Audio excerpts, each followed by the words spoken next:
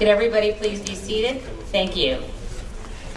Welcome. My name is Tammy Sachs, and I'm the Vice Chair of MIT Enterprise Forum's New York City chapter.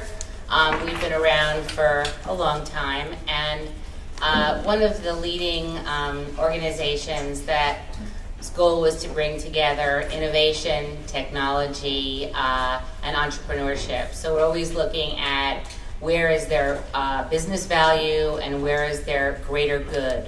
And we touch on a very wide range of topics, and we're very excited about tonight because I think advances in speech technology, our last one in December was on, where's the reality in virtual and augmented reality, and there's a lot going on, and I think the same could be said about speech.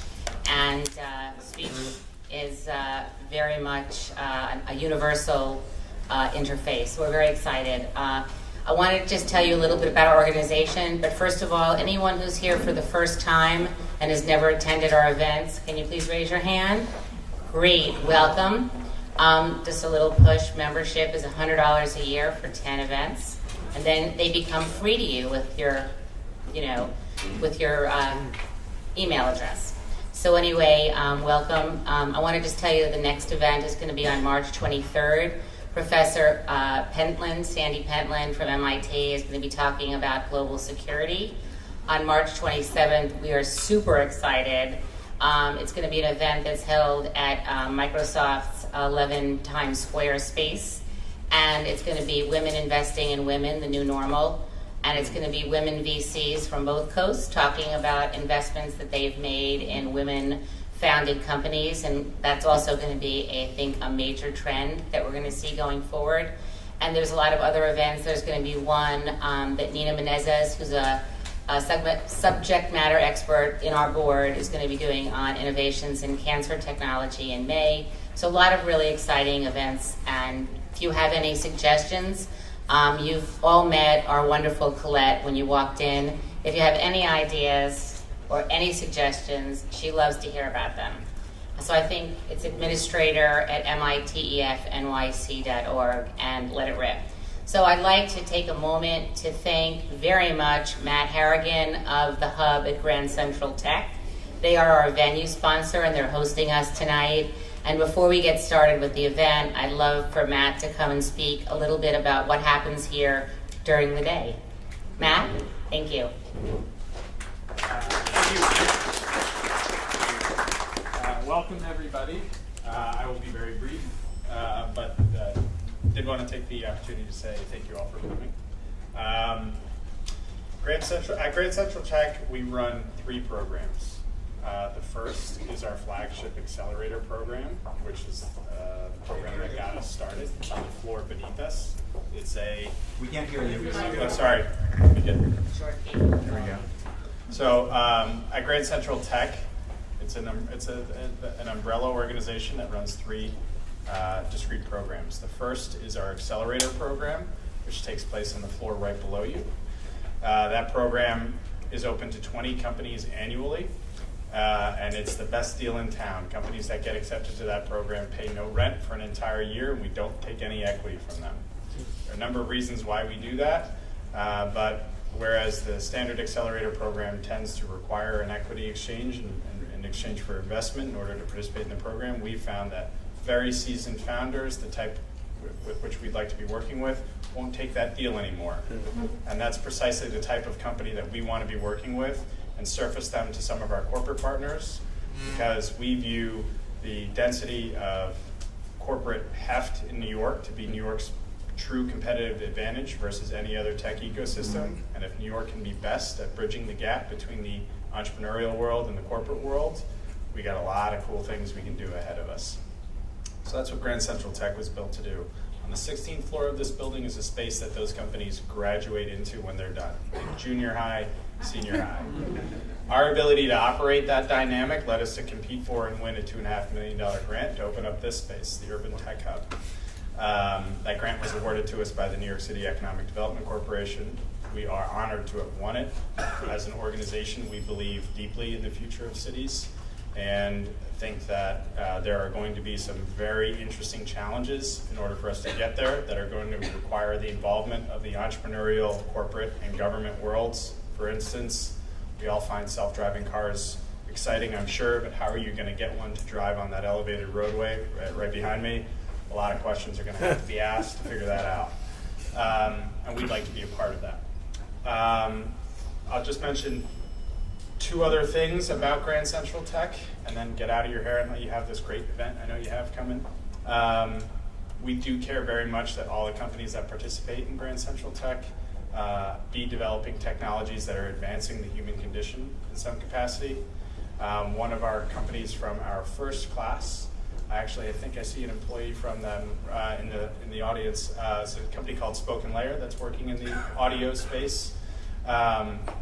And we were super excited by them when they got started because their founder, Will Mayo, made a point of mentioning that there was legislation that required that all federal law be converted into a speech-to-voice, a word-to-voice format. So when you hear that in the course of a startup pitch, you know that you have a particularly impassioned founder, and those are the types of people we tend to work with. The other is that we do try to encourage diversity across all of our companies. So if there's one thing that I want to do, it's to leave you with an impression of Grand Central Tech, the three programs that we run, and the values that we espouse across all of our companies. Beyond that, please have a great night. It's our pleasure to host you.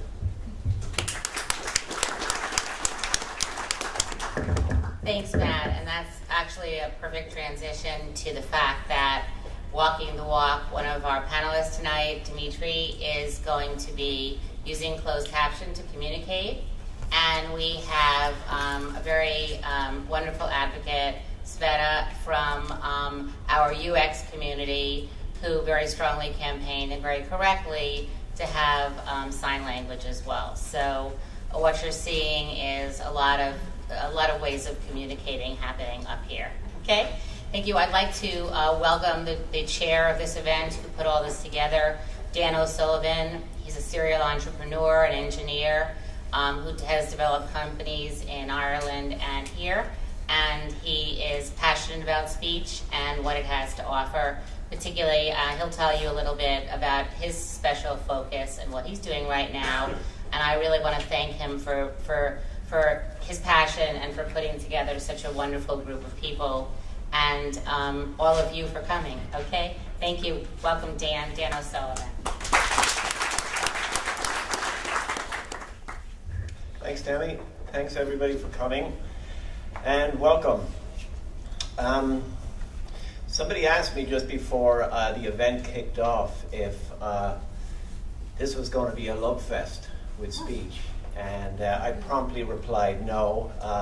I, for one, have been around too long. I've been involved with speech for over 20 years, developing technology for it, and I know better. So I was around, back in the 90s when, frankly, there were a lot of promises, a lot of expectations, or for lack of a better term, a lot of white elephants around speech. But I'm very encouraged recently, and one of the reasons I volunteered to do this event is with the recent confluence of artificial intelligence, large data sets, context awareness, and natural language understanding, to mention just a few of the wonderful enabling technologies that are out there. I believe finally we're going to make some serious headway in speech. And so I'm delighted to have our esteemed panel with us today, and my goal is that you all get to hear what's going on in various areas, from robotics to customer service to intelligent assistance and so on. So I'm not going to take a lot of time here, and I think probably I'd like just to dedicate the rest of my time to a short, funny story that kind of illustrates how I feel about speech. I was visiting my mother a few years ago, and she's in her 80s, but she's very sharp cognitively. And she handed me a piece of paper with a phone number. And she said, here, will you call my medical insurance company for me? And I said, sure, why? And she said, well, because they're rude, they're obnoxious, they're annoying, and now my mother's Irish, and an Irish mother is a saint, you know, patience of a saint, so to speak. So I said, sure. I said, you know, did you try calling a few times? She said, I called, I hung up, I called back. And they were just rude. And I said, okay, I'll call. And so then almost in passing, I just said, you know, what did you happen to get the agent's name or their number? Because I'll ask for them. And she said, yeah, that's another thing. Number. She kept asking me to press numbers. So my poor mom, you know, didn't even realize. And again, she doesn't have, thankfully, Alzheimer's. She's cognitively, she does a crossword puzzle. But in thinking about it, it made me realize as a scientist, you know, what we take for granted. And you know, speech, recognition, accuracy rates, to me that's the easy part. What a lot of scientists haven't done in the past, I think, is put themselves in the shoes of all kinds of users. You know, what we call theory of mind. We're able to do that because we have evolved through, you know, millions of years and thousands of years of spoken language, the ability to instinctively respond to another human and know what they mean, if not what they say, and so forth. So I'm very excited about the aspects of, you know, artificial intelligence and let's just call it non-speech enabling technologies that are going to move us into a more practical, for practical purposes, you know, area of using speech as a natural interface. So with that, I will turn it over to Nandini and let her give you a quick overview of the industry, where it is, where it's going, and then I look forward to hearing from our esteemed panel. Thank you.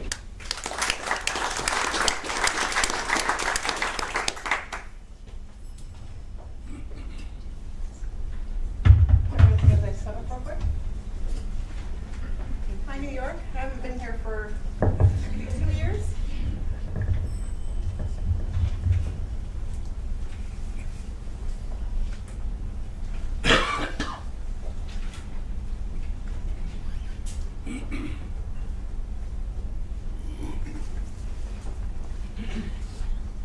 So I have a special prepared version just in case the slides don't work, but I really don't want to do that.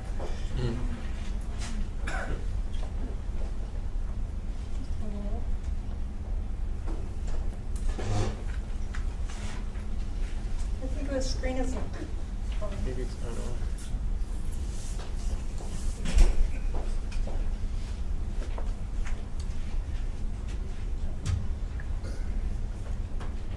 So I flew here from Mountain View yesterday. I work at the Google Mountain View campus.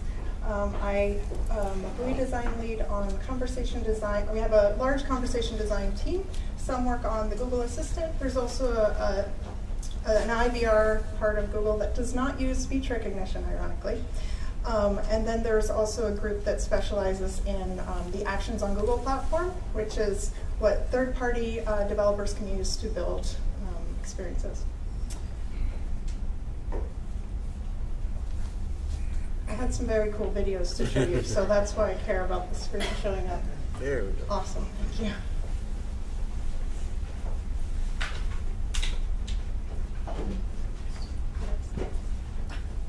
It works.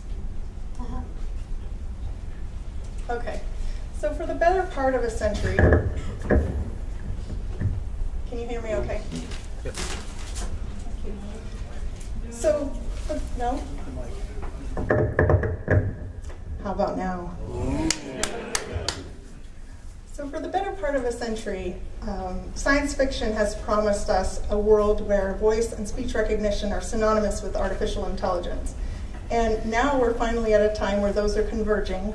But we're also at a crossroads where people use that terminology almost interchangeably in the real world. So reality has brought us that. before we unpack it, let's all appreciate for a moment why we love sci-fi so much, courtesy of our colleagues at IBM.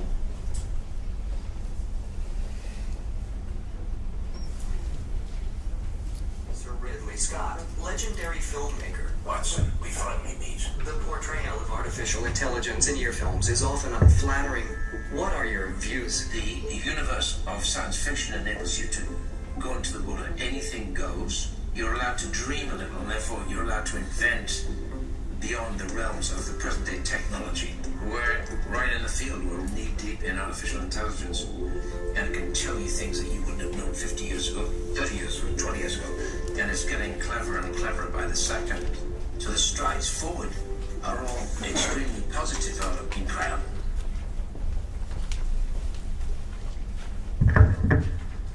He specifically mentions 20, 30, 50 years ago, but if we look for a second back exactly 43 years ago, and look at how just a slightly famous author, Arthur C. Clarke, predicted the future. Put along my son Jonathan, who in the year 2001 will be the same age as I am now. Maybe he will be better adjusted to this kind of world that you're trying to portray.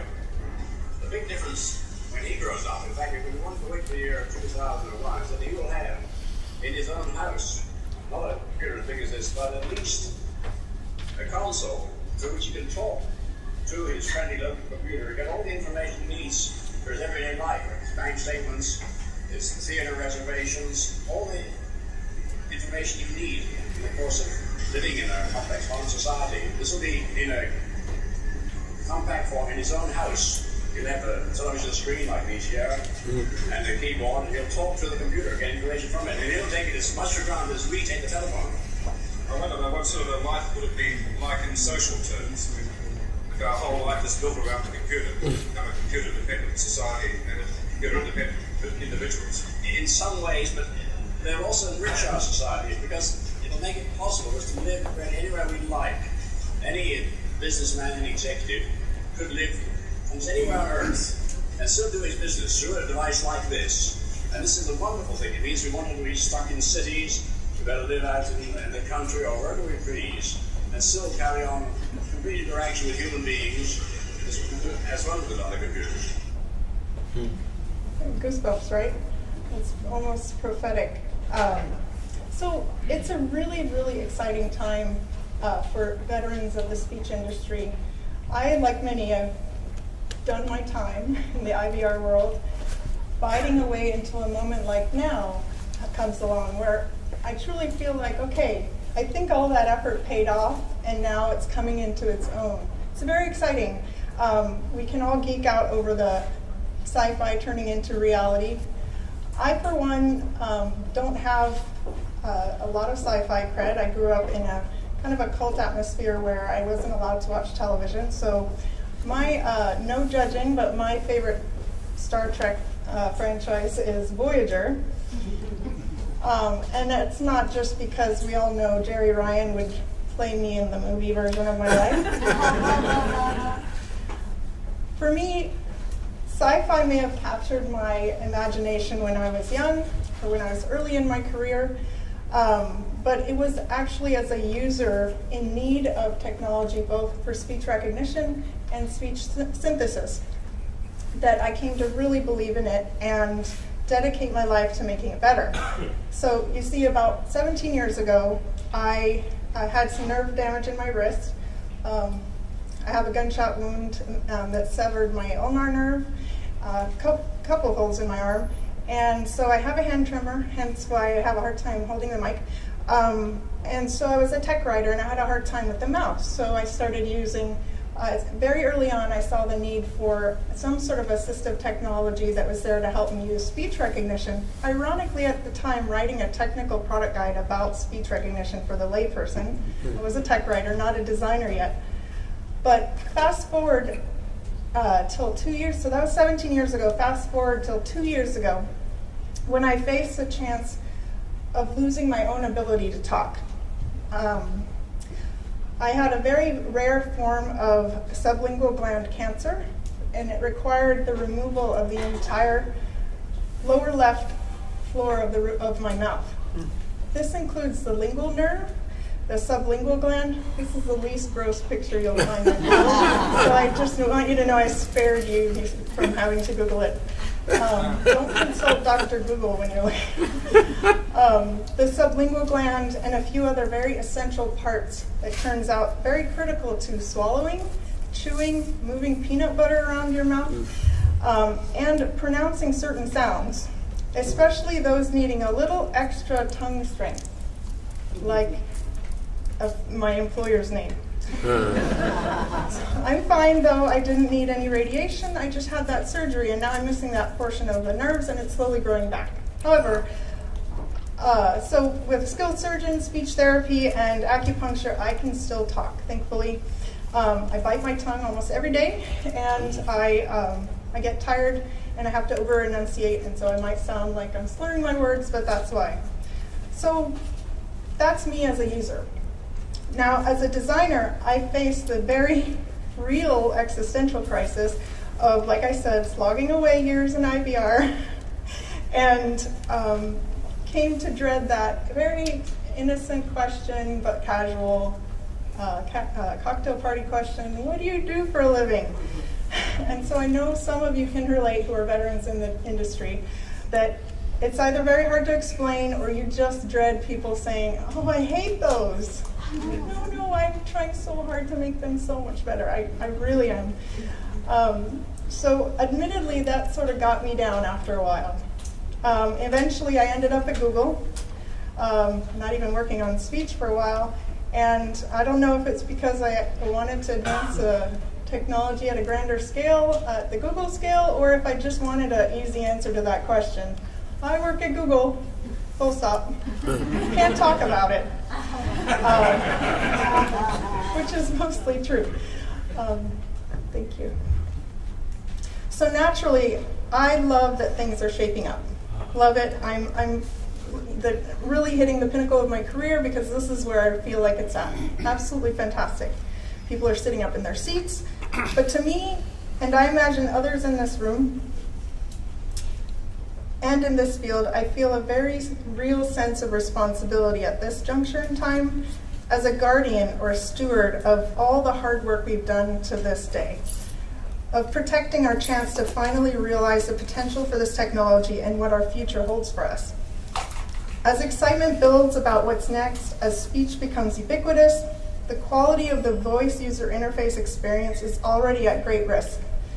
This is because the complexity of the theory, the mechanics, and the nitty-gritty of what a successful dialogue is often underestimated.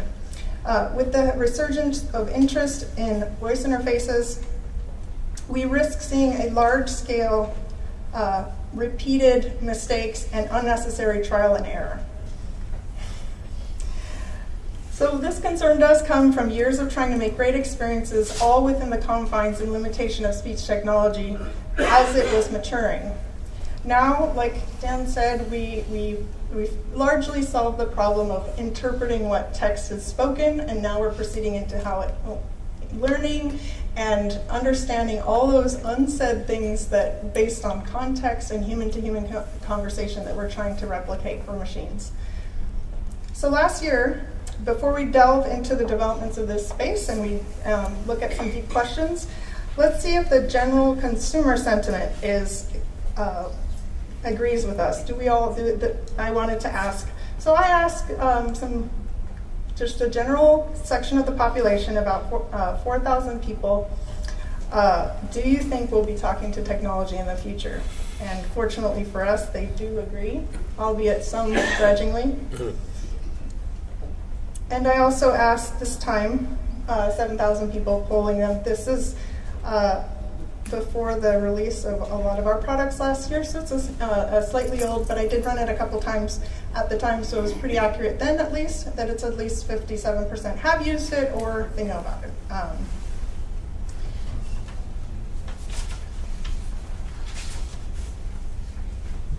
So the reason I caution this is because, and I talk a little bit about IVRs and slogging away, and is because there is an impression out there from users that this technology doesn't work. And just because we're not building only IVRs anymore, now we're venturing more into voluntary interfaces where people buy these products to use this type of interface, doesn't mean those expectations haven't been set in both a negative and a positive way. For example, I have a kids show, very quick clip I want to show you. So bear in mind, in this show, the kid can blow bubblegum and turn into like a superhero suit, and like, so temporary suspension of disbelief, that works, but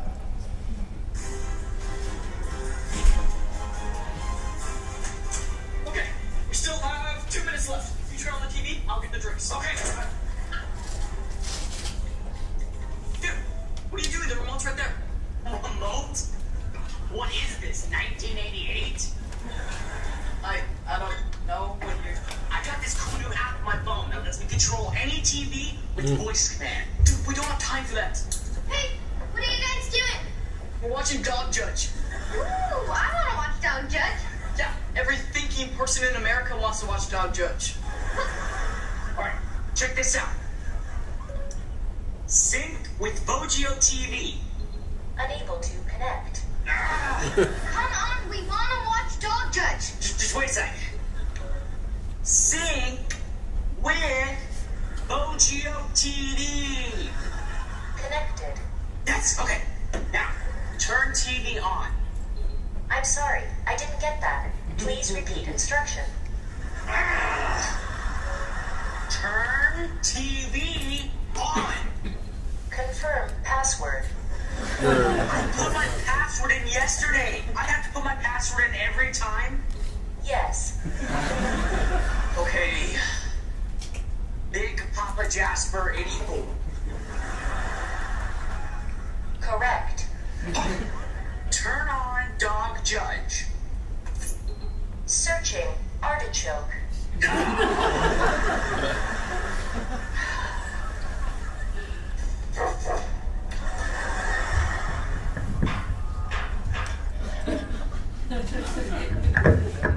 Well, there's a Dog Judge, but speech recognition doesn't work. So I asked my daughter in a purely scientific assessment, she's 7 years old, what she thought, and she said, because she uses Google Voice for transcription and all kinds of stuff, voice actions, and she's like, well, it made me think that you were Google and you were in there and Google doesn't work.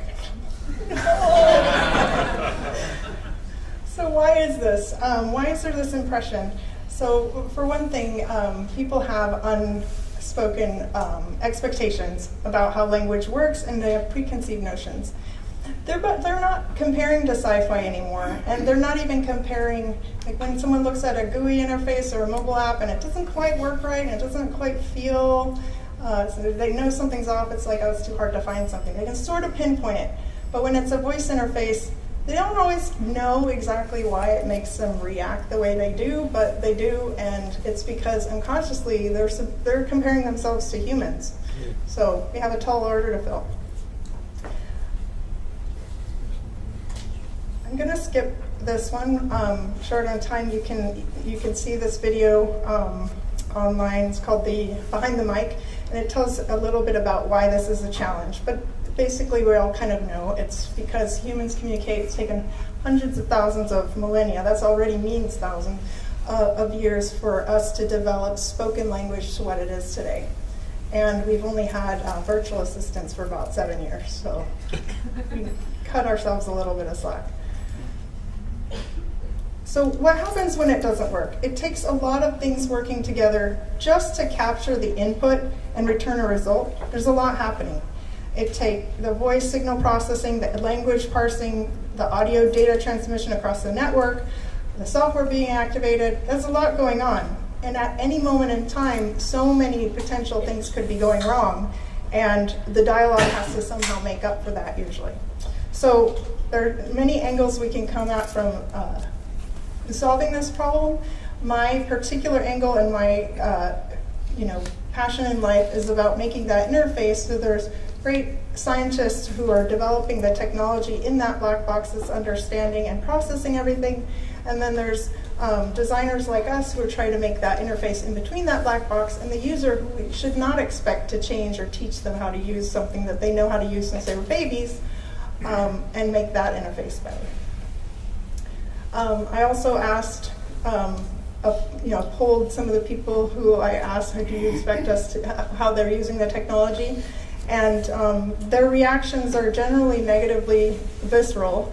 About 47% are extremely negative, and 39% are liars.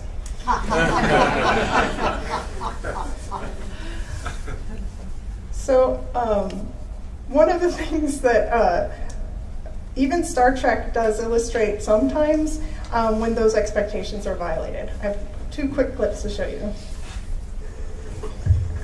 Tomato soup. There are 14 varieties of tomato soup available from this replicator, with rice, with vegetables, Napoleon style, with pasta, with Plain. Specify hot or chilled. Hot. Hot, plain tomato soup. 14 varieties and they can't even get plain tomato soup right. That was the very first episode of Voyager. They got smarter after that. I think all the writers were like, we could write it so it works every single time and worry about it later.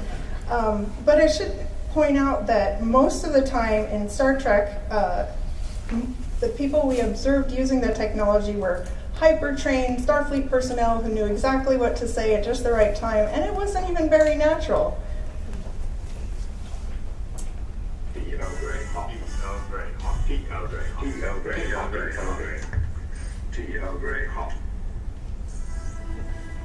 Can you order tea, sir?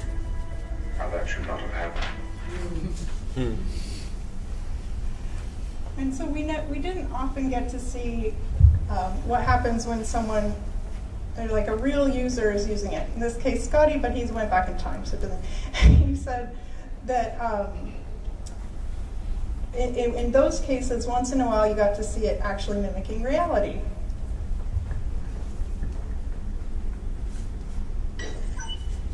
Please enter program. The android at the bar said you could show me my old ship. Let me see it. Insufficient data. Please specify parameters. The Enterprise. Show me the bridge of the Enterprise, you chattering pacer. There have been 5 Federation ships with that name. Please specify by registry number.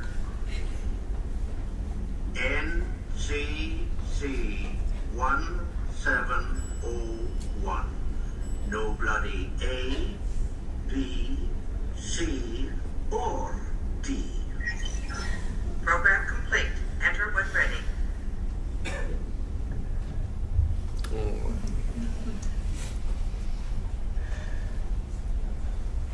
So how do we get there?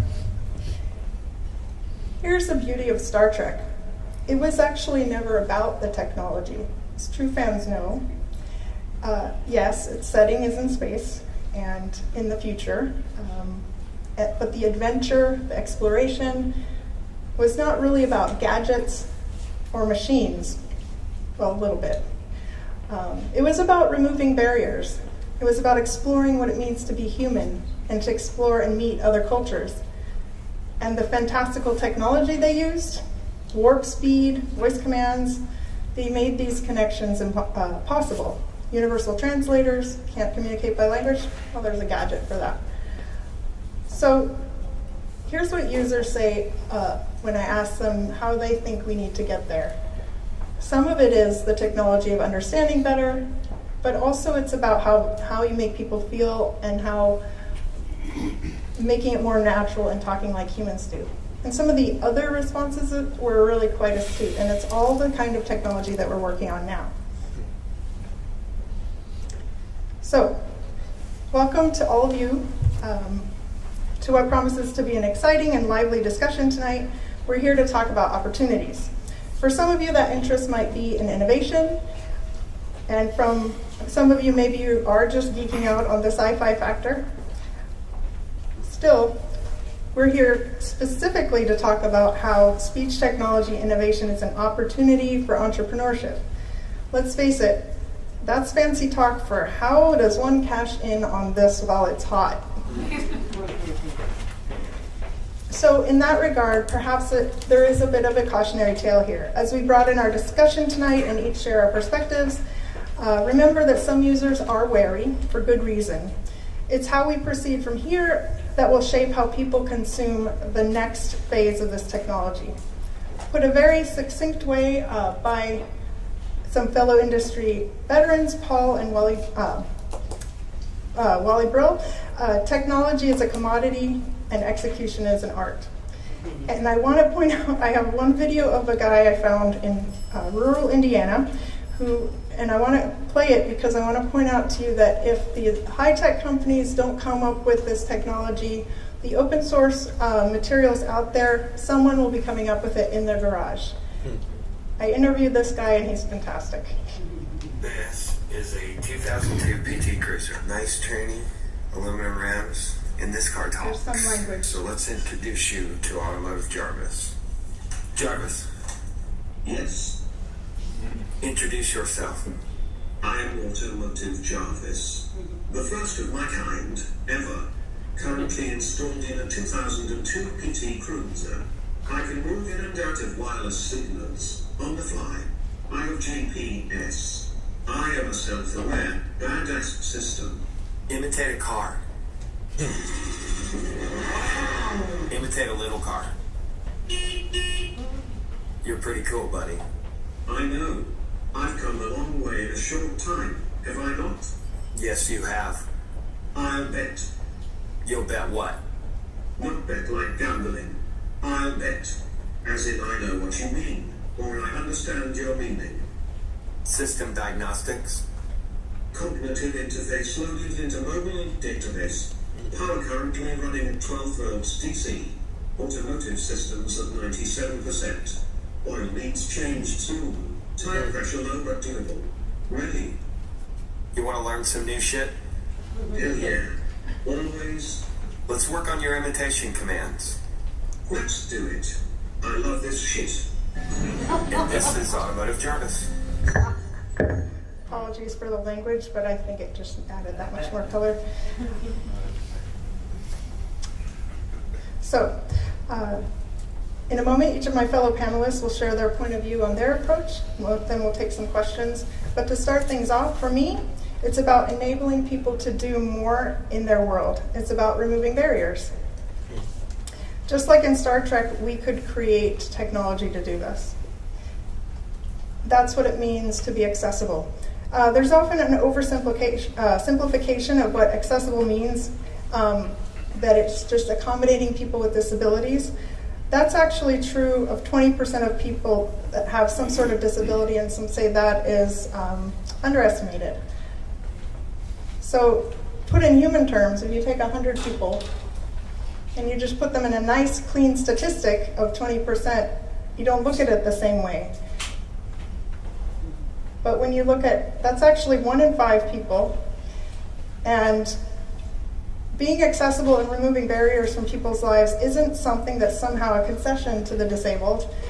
It's making it so all of us can connect. Because while we know that 1 out of 5 people have some sort of disability, we know that 5 out of 5 people want to communicate, to play, to share, to find information, and to enjoy the benefits of all our newest technological advances.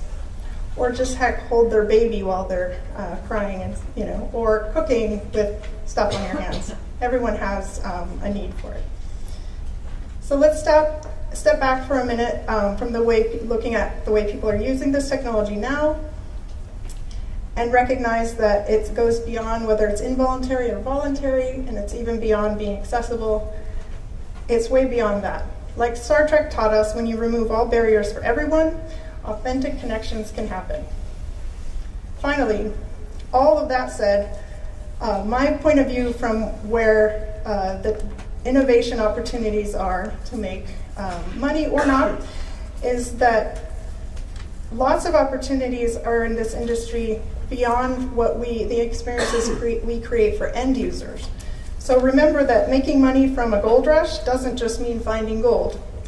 It means showing up with wheelbarrows, shovels, panning screens, and as Jacob Davis and Levi Strauss would tell you, blankets and blue jeans. So I leave you with one last sci-fi clip From my idol who wrote the book, Carl Sagan, a scientist who wrote great sci-fi. In my daily work as a designer in this field, with big ideas and real-life applications I'm dying to put to use, there aren't enough tools right now for me to do that in a creative way. I can't develop right now how I think. In fact, this one particular clip that cut together for educational and illustration purposes only, it really sums up how I feel about the potential in this area. For me as a designer, and forgive it is a 20-year-old movie, so, but forgive the spoiler.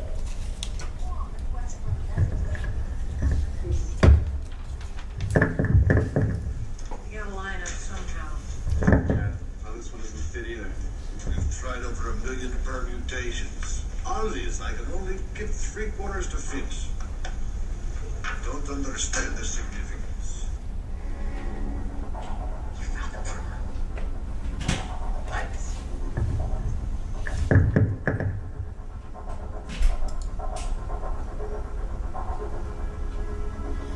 Pages on pages of data. Over 63,000 in all. And on the perimeter of each, Alignment symbols, registration mark, but they don't line up. they do. If you think like a vegan. An alien intelligence is going to be more advanced. And that means efficiency functioning on multiple levels and in multiple dimensions. Yes, of course. Where's the primer? You'll see. Every three-dimensional page contains. It gives me goosebumps every single time. So vegan means movie designer in that case. So I'll now turn it over to my esteemed colleagues on this panel to articulate their perspectives, and then we'll open it up for questions.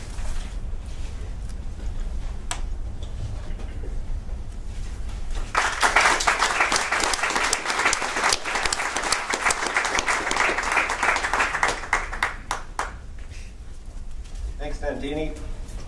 So we have a number of questions, but before we do, if the panel would like to spend a minute and just introduce themselves and talk briefly about what areas they're passionate about in speech technology. So we'll have to pass the microphone around, so you can do that. Great. I'm Dmitry Kanevsky. I work at Google in speech recognition now. I joined Google 3 years ago.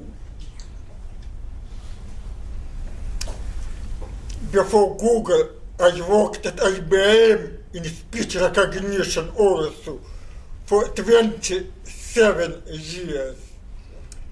I'm trained as a mathematician,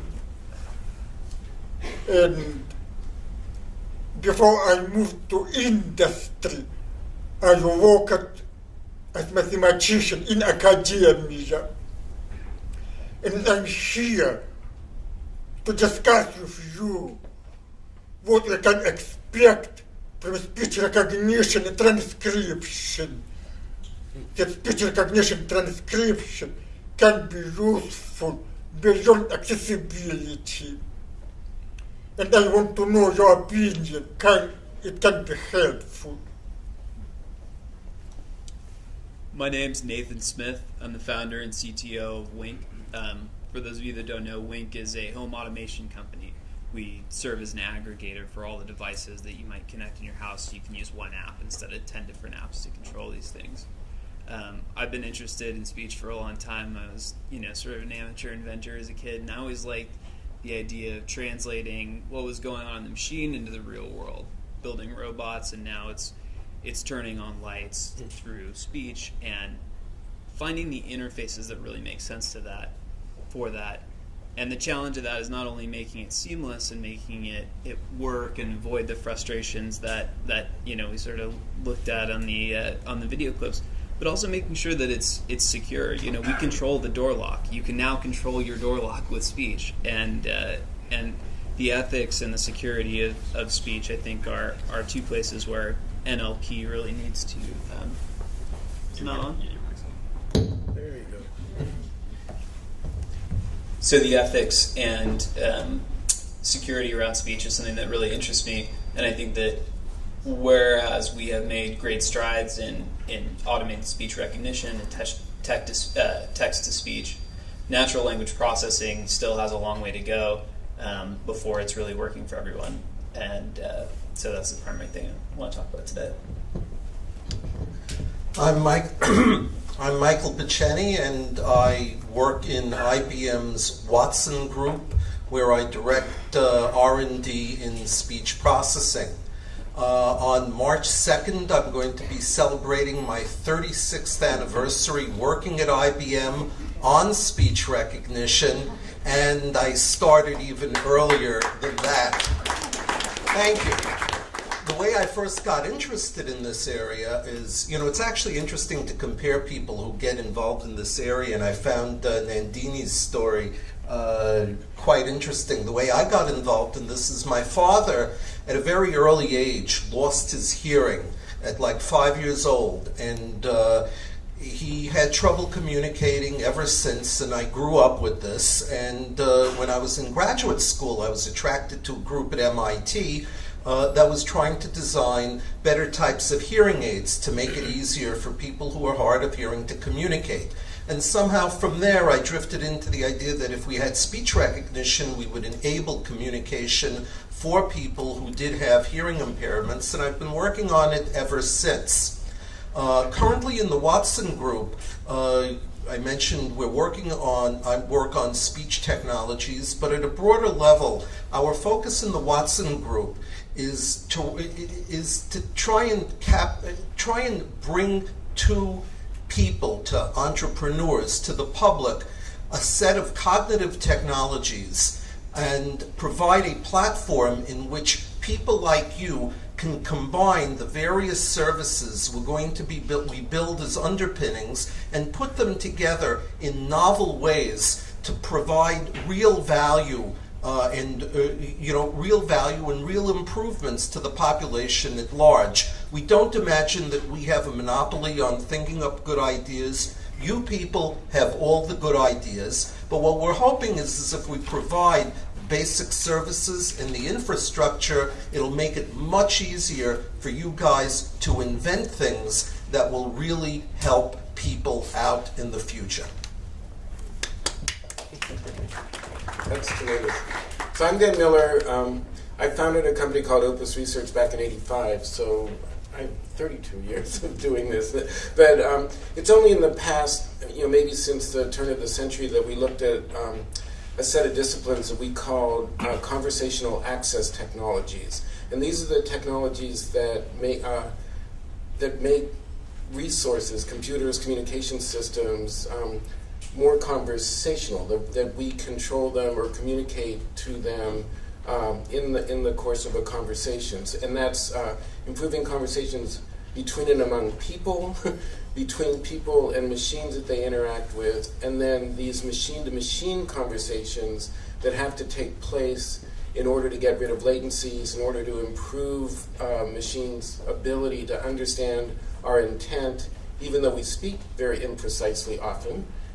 And then that applies to taking command and control of our lives and the resources we want to take over. So this is about a user-controlled world. I think as we talk about the opportunity for entrepreneurs and individuals to make money doing this stuff, those areas of activity will be either in that conversational front end or in the sort of resources I'm one of those XIVR people, so I'm getting better at explaining this, and I'm grateful that Apple invented Siri, the dog and Adam invented Siri, and Apple bought it and put it on there. That we're all sort of familiar with the fact that we can use our voice to take control of devices, to take control of the services, and that we've redefined what self-service means, so that it isn't just automation of stuff, and it is more about service of ourselves and using our voice to do that. And we've had enough Nandini for now. Very good. Okay. Thanks, guys. So we have a number of questions that the panel and I worked out. We asked for feedback, from some of the audience and so forth. And so some areas that I'd like to throw some questions out there to the panel. And if you have, follow-on questions on a specific topic, obviously there are a lot of topics we'd like to cover. And one of the things when I started this event, I knew there would not be enough time. It's such a broad area, and there's frankly so much going on. But let's do the best we can to get through. So the first question is directed at Dan, and that is, how do we cut through the hype? What are the real expectations for accuracy for speech recognition, quality of natural language, efficacy of machine learning, and so forth today? Yeah, and it is fantastically interesting. There's so much stuff that works right now that you think there isn't a lot of hype. I mean, but it is a matter of setting expectations, and the fact that spoken interfaces are proliferating has exposed it to a lot of criticism. Like, I don't know about you, but I often hear, hey, Siri fails more often than it succeeds.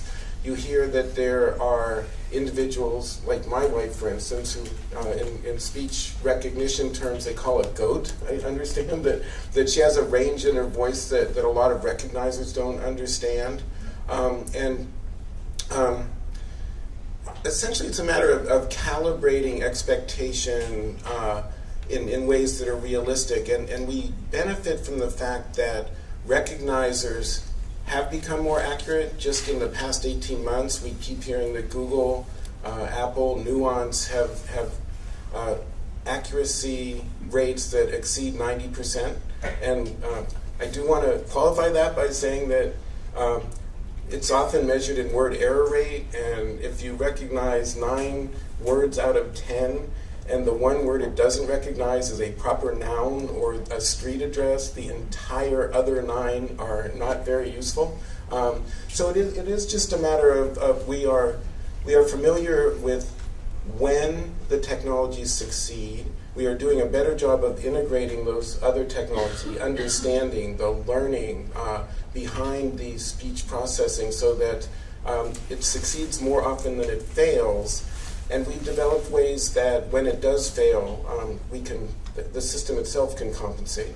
And you have to redefine success. It isn't about automation, and something we'll discuss later on. It is about aiding individuals like ourselves in task completion.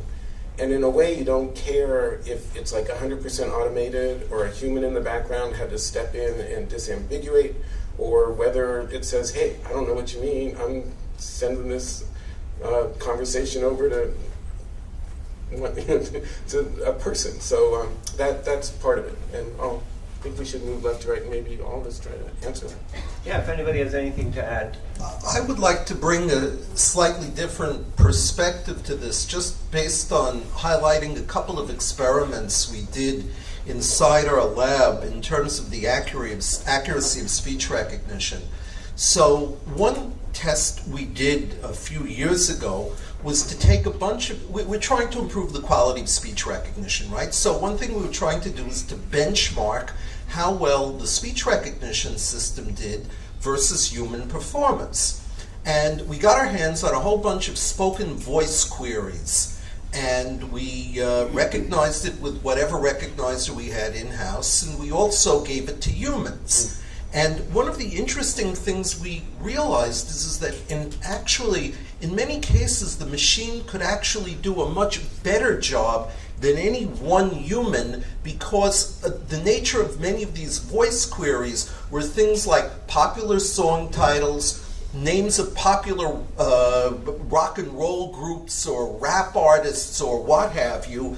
And if you did not have that domain in your head, you would be completely clueless about what you were listening to out of context. Now, of course, if you knew what you were familiar with the song, you heard it immediately, but presenting it to any one random person, they were lost.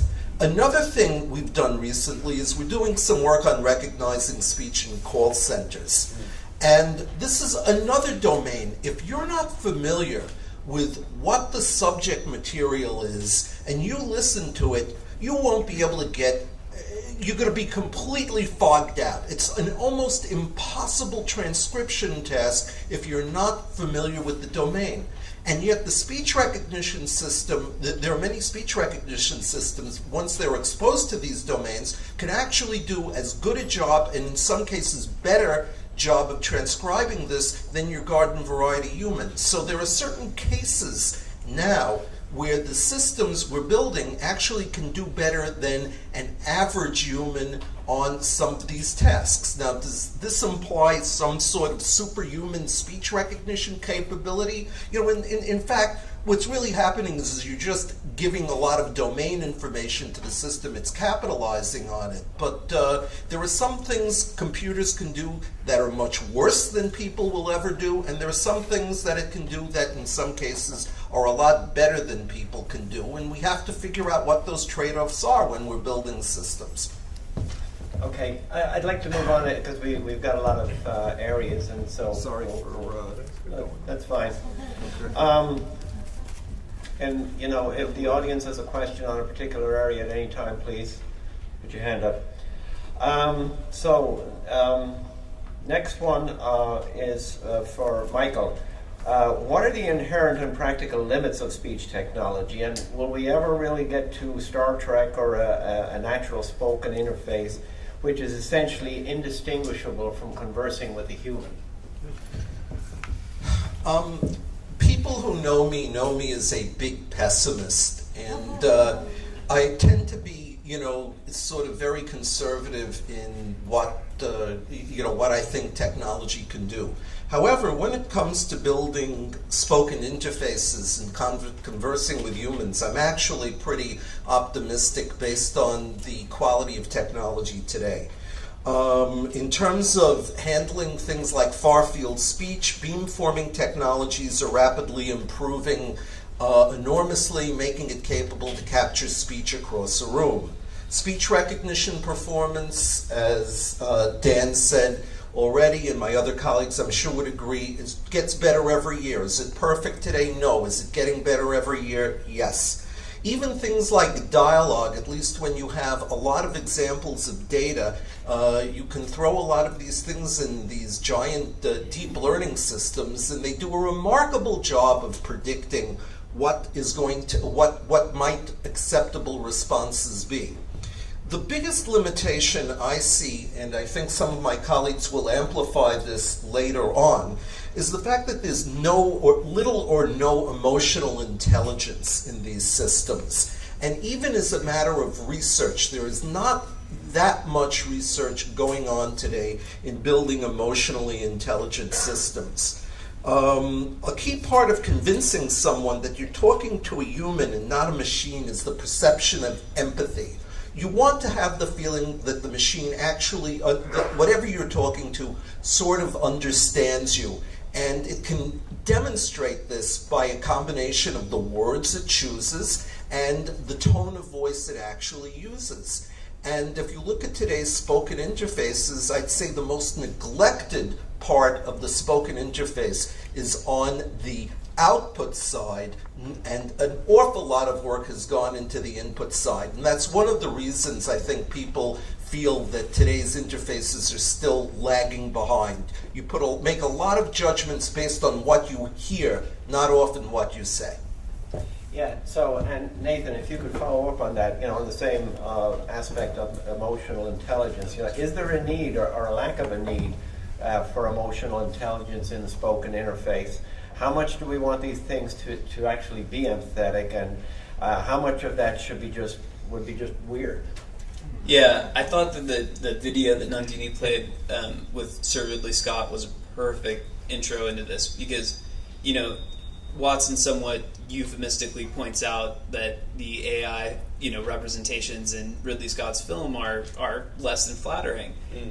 But the thing that's not flattering about them, the thing that's so frightening, is that, in Alien, sorry if it's a spoiler for anyone that's been out for a bit, the scary thing about Kane is that you don't know that he's a robot until late in the movie. In Blade Runner, the scary thing about the replicants is that they seem so human that they just pass through society without really being recognized.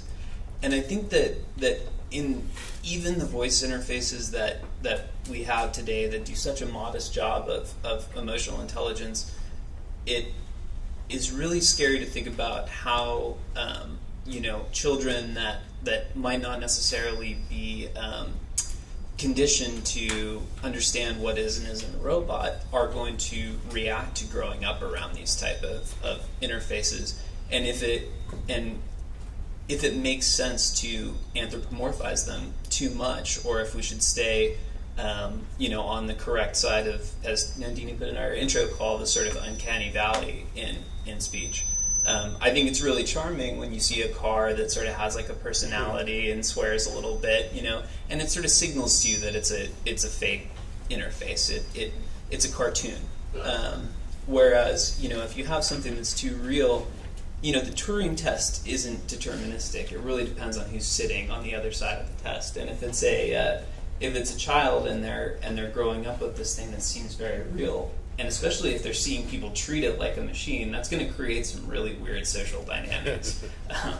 Think about how hard it might be to distinguish between talking on the cell phone to a friend if you're a child and you hear your mom talking to something versus talking to Alexa. My mom got to be like 12 pronouncing Yosemite as Yosemite. Like, it's very hard to be able to grasp those concepts as a child. And so I think that sometimes the most elegant interfaces in voice and in speech are actually ones that are not very human and that are domain specific.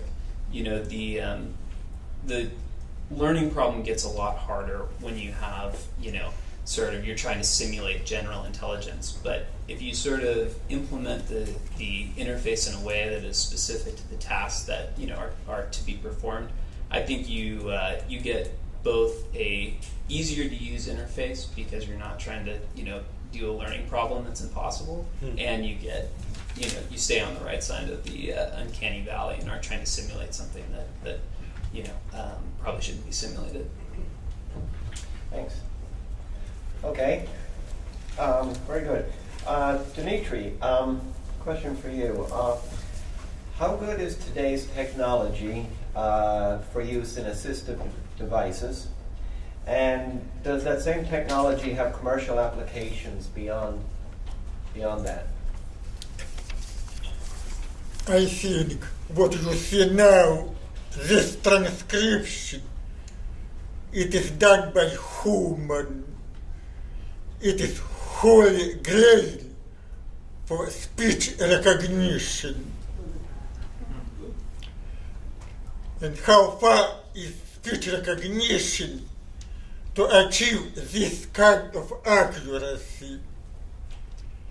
I think the biggest progress where speech recognition transcription becomes very useful is transcription of YouTube videos. I happened myself to work on this, and I myself watched how our team several months ago achieved tremendous progress in automatic transcription of YouTube videos. For many videos, error rate became less than 10%. I think this is one of the most remarkable achievements in speech recognition for transcription. And just recently, it was announced that billion videos of YouTube are now have automatically transcribed, uploaded. This is remarkable progress. And even many videos maybe have difficult situation when there is noise, people speak in accent, and error rate becomes relatively low. It's still useful because people who do not hear can understand topic of conversation, and people can use crowdsourcing to edit errors. And Facebook also started to use a lot of speech recognition for their advertisement videos. And they found interesting non-assistive application. In this application, people, even who hear, watch videos without sound. They can watch videos in a noise. Maybe they do not have headset, and only if they decided they watch closed caption, that they want to watch video with sound, they turn video on, they turn sound on. And remarkably, this became very big application for Facebook. And other non-assistive applications that come from this, a lot of foreigners watch more YouTube videos if they can read transcription, because it's difficult for them to listen foreign language. And finally, because of transcription that is created by automatic speech recognition, we can develop automatic translation. We can improve advertisement. So there's a lot of additional practical applications. I think that's a fascinating area, and it leads into sort of a subset of that, which is, and I'll leave this open to anyone on the panel. Will speech interfaces eventually be able to adapt based on language? Or let me put it this way: when will we be able to speak into a service and basically it'll understand your language automatically? It'll respond in kind. And even to go further, based on, we humans, when we talk to other humans, if you find yourself talking to a little kid, you change your whole tone and demeanor. Same if you talk to an elderly person or a hard of hearing. So we do this instinctively. Well, when will our systems be good enough for any language, any situation, gender, and so forth? I'll leave that open. I'll just start and kick it off, but when Dimitri was talking, I was thinking of a couple of things that it's not just YouTube videos, but in an enterprise setting, we're seeing more and more telepresence or video conferencing going on, where you have meetings that are geographically dispersed. And Microsoft, for one, has demonstrated that it performs transcription on the spoken content of these business meetings, which means it's identified the speaker. It has done it so in ways that recognize the language being spoken and can translate in near real time what has been said, so that it's rendered in the language of the recipient based on recognizing what the language of the originator was. There's it's obviously, there's X number of language pairs that it can do this with. But this is a real interesting area of opportunity, is the real-time transcription. And an offshoot of that also is that you have a transcribed record of these discussions that's available for speech analytics or text analytics. Identify the topic area, identify who the subject matter expert is, match people that are working on similar projects, and that sort of thing. And that gets very interesting. I think, just if you can add on that, Dan or somebody, on the speech output then. So going back to, TTS, right? And fluency in language. Correct. And right, you brought up several topics at the same time, Michael has also brought this up, that it does seem like there is a lot more advancements on the input than the output. And the output tends to be text-to-speech translation or whatever, and there are tools for sculpting TTS output in terms of prosody, how quickly somebody speaks, in the pitch and tenor, and indeed it can show emotion. So we are getting more human-like, and it's just a matter of who's going to pay for all this, I suppose. Oh, yeah, please. I 100% agree that the output experience has been largely neglected. And at Google recently we announced WaveNet, and it's a huge jump, and we're working toward expanding text-to-speech. But also, as I work with more third-party developers who are building experiences that are just tapping into so many other areas than the scope of what we've kind of traditionally built, that's the beauty of having an open platform is there are all kinds of ideas. It's also not just about the text-to-speech of that speech rendering, but there's so much opportunity for adjusting speed automatically, and I have a colleague who is blind, and he likes to hear things at a much faster rate, but also people who are more familiar with something might want to hear it at a faster rate or slower.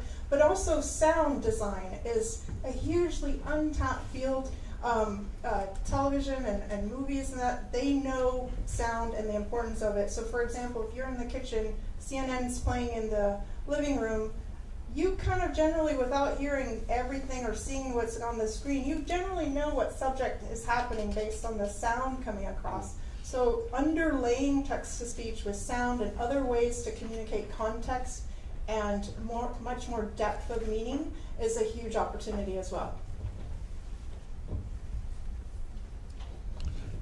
One subject along these lines I wanted to bring up, I was conversing with somebody during the mixer part, is the fact that as speech output technology gets more intelligent, you begin to get into a lot of interesting ethical issues. And one of them is the fact that that people are working on technologies that allow you to copy other people's voices. Period. Now, at this point in time, it's pretty easy to detect when this sort of stuff is going on. But over time, as all scientists in this area do, the technology will improve to the point where we will have an interesting situation in which it will be relatively straightforward to copy people's voices and mimic them with or without their permission. And one of the big issues I think we have to deal with in this space is issues such as the ethics. How do we go about preventing such things from happening, even as people continue to work on such technology? And there are many other examples of how speech technologies can be used both, for positive and for negative sorts of applications. And it's not clear, for example, are we able to self-police ourselves, or is this something that's going to require some sort of government regulation and intervention? You get into a lot of interesting ethical issues as the technology begins to mature and improve. I just have to chime in for a second. So Adobe, the company that is famous for Photoshop falsifying photos, has a product line that is Voco, right? Voco, Yeah. which is designed specifically to take what somebody has said and render something else out of that with their own voice, their own inflection. It'll sound just like them. So in this era, I don't know that it's ethics as true criminality that could come out here in an era of fake news, that you could generate fake news. Yeah, I think that it's really interesting to look at what's a problem that's going to be solvable with deep learning versus what's a problem that you essentially can't get a corpus of training data for doing supervised learning against. And so if you look at I think the original question was about translation.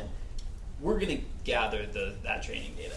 That's inevitable. We're going to be able to get enough data so that we can create models that will translate from language to language. And I think that we should be bracing ourselves essentially for that type of development in good ways and bad ways. I mean, think about online learning, how that gets transformed if all of a sudden every class on Harvard, X is accessible in every language. Can be amazing. And, worry about that sort of inevitability more than the sort of like general intelligence singularity type problems that I think are a little bit flashier, but we tend to like concentrate on from an ethics perspective. Very good. Anybody in the audience, any questions other than these? Go ahead, Sarah. I have actually a couple of comments related to the text-to-speech synthesis. One was actually, back at IBM Research, one of the scientists said that my glottal closures were such that it was easy to model